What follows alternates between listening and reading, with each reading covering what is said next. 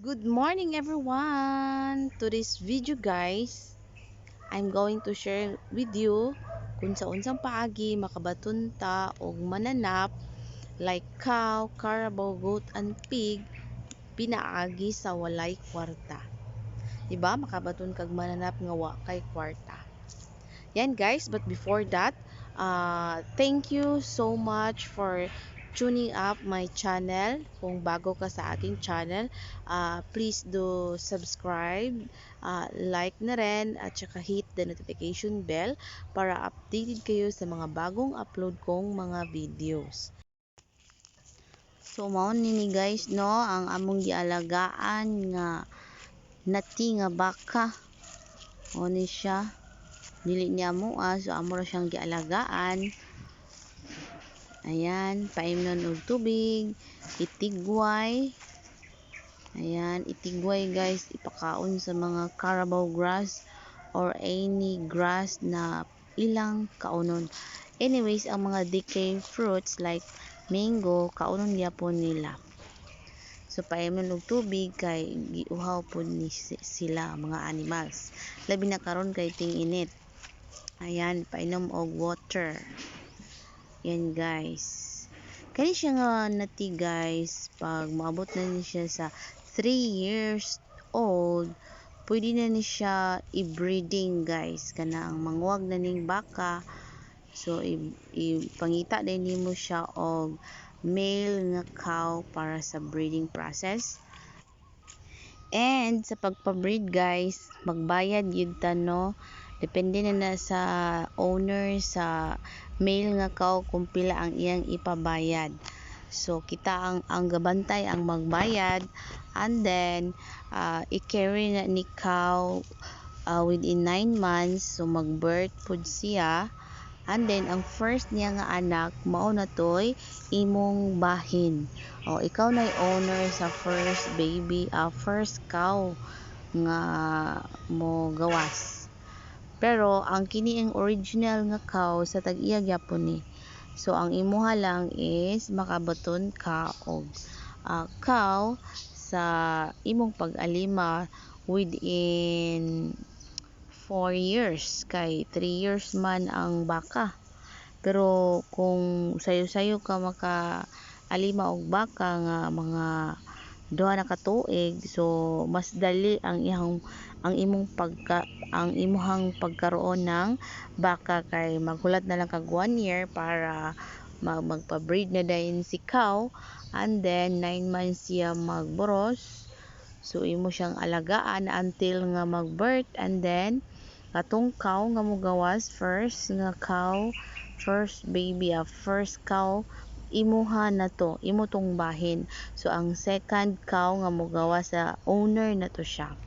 So inana ang process guys.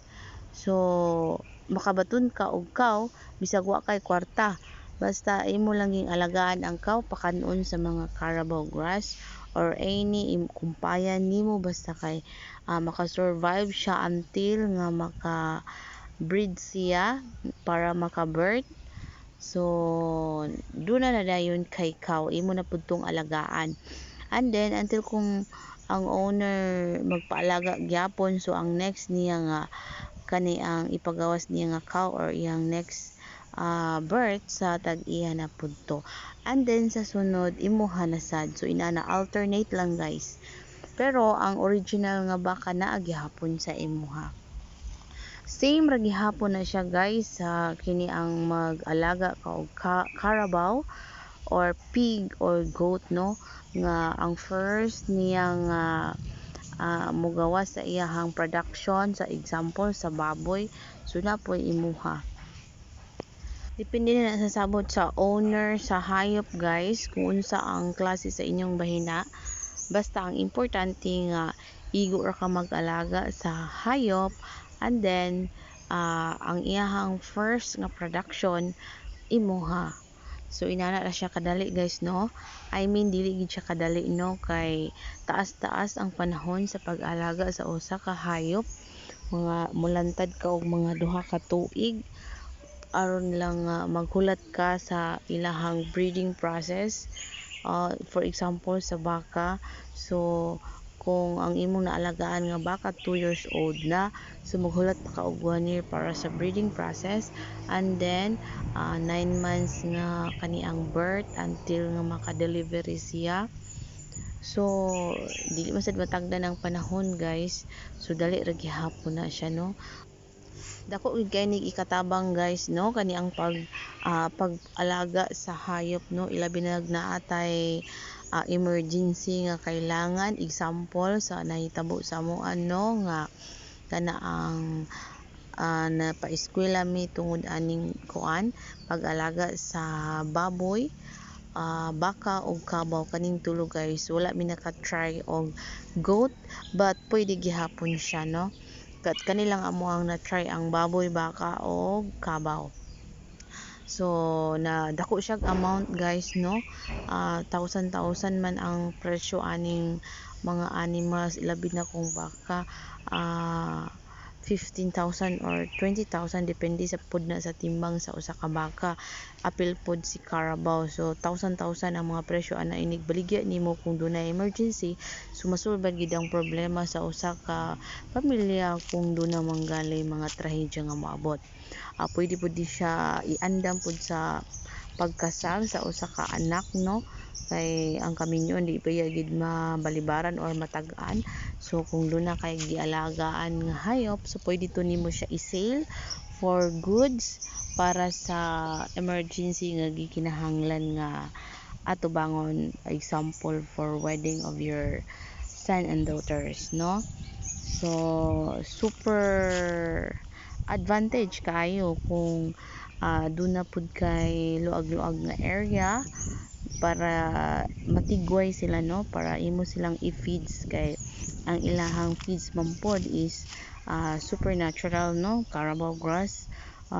Uban pa pwede nimo siya kumpayan og mga dahon sa saging or kining upas sa saging, decay fruits sama sa mango, papaya, at saka kakain kasi nila yan guys, at saka mga vegetables nga na decay na pod, nalimtan nimo gluto siguro, so pwede nimo dili nimo na ilabay diretso kay imo nang ihatag og baka kay para ila pod na ang makaon. So inana ra ang proseso nga mahitabo, dili man pod ingon nga langay siya tungod kay di lang nimo hunaw-hunaw ng pag-alaga, anyways maka sideline mapug ka, makabuhat kag lain nga buluhaton kay imo ra man ang itigway biyaan dayon, so pwede pa ka makabuhat og lain nga mga trabaho or sideline, or you can do the work at home naman. Legit gid ni siya guys no, kay mao pod ni ang nahitabo sa amoan no, nakabaton mi og mga mananap pinaagi sa pag-alima. And thank you so much everyone for watching. God bless.